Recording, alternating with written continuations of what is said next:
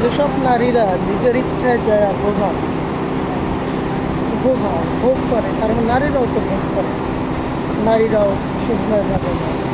যারা নিজের ইচ্ছায় যায় সম্পর্কের নাম তৈরি হয়, সেসব নারীরা তো খুবই মন্দ।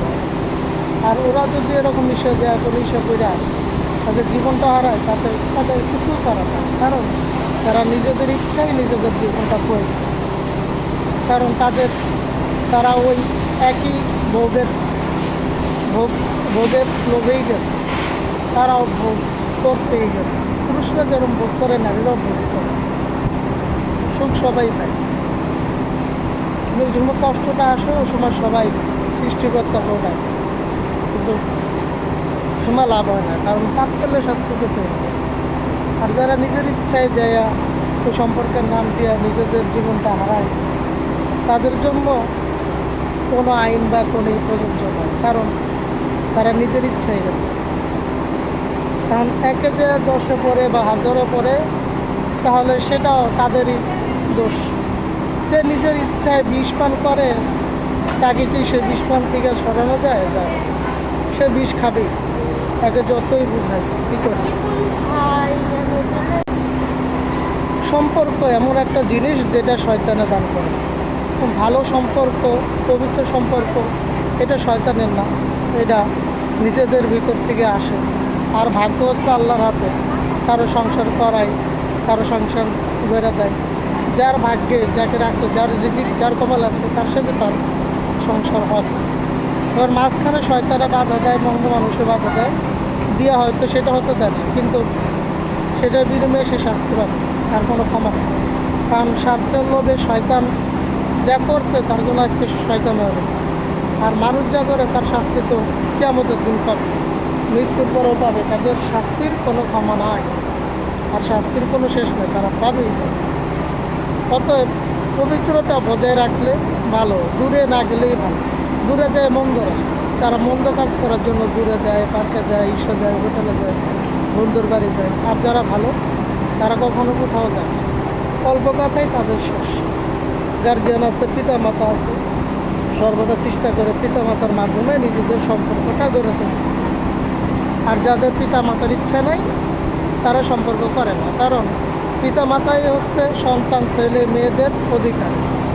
সমস্ত অধিকার পিতা মাতা, কারণ পিতা মাতা জন্মের পর থেকে এ পর্যন্ত তুলে ধরছে। পিতা মাতার থেকে ভালো কেউ ছেলে সন্তান মেয়ে সন্তানদেরকে ভালোবাসতে পারে না দুনিয়ায়।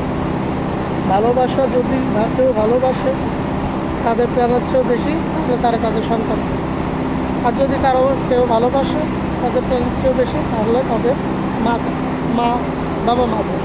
আর বাদ রেখে যা আছে এগুলো শয়তানের কুমন্ত্রণার কারণে পিতা মাতাকেও অস্বীকার করে, অনেকে ধর্মকে অস্বীকার করে, খালি এই মন্দ ভোগ বিলাসের কারণে। এটা খুবই খারাপ, জঘন্য। যেটা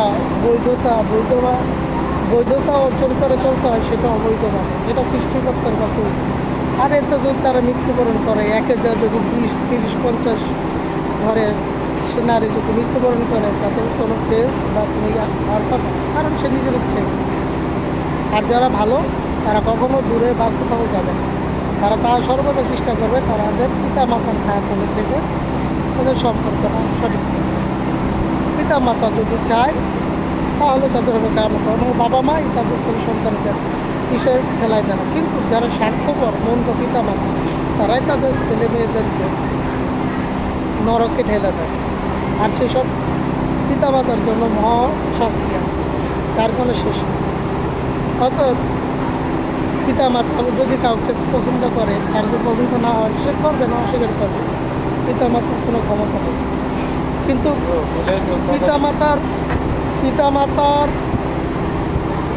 যদি ভালো কিছু দেয়, আর সেটা যদি সে বুঝতে পারে যে সেটা তার জন্য ভালো, তাহলে সেটা গ্রহণ করবে। এমনকি তার একটা নিজের ইচ্ছার কারণে সবসময় স্বীকার করতে পারে, কিন্তু তার ভালো লাগে না, পছন্দ না, এটা তার অধিকার, আদিজও আছে, সে এই করে নিতে পারে। কিন্তু পিতা মাতার মনে কষ্ট দেওয়া কোনোরূপ যে নিজেই করে কষ্ট দিব, এটা ঠিক না।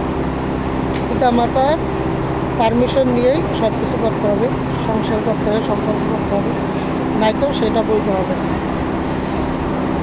বৈধ হবে না, সেটা হচ্ছে অন্যায় পাপ। ধন্যবাদ।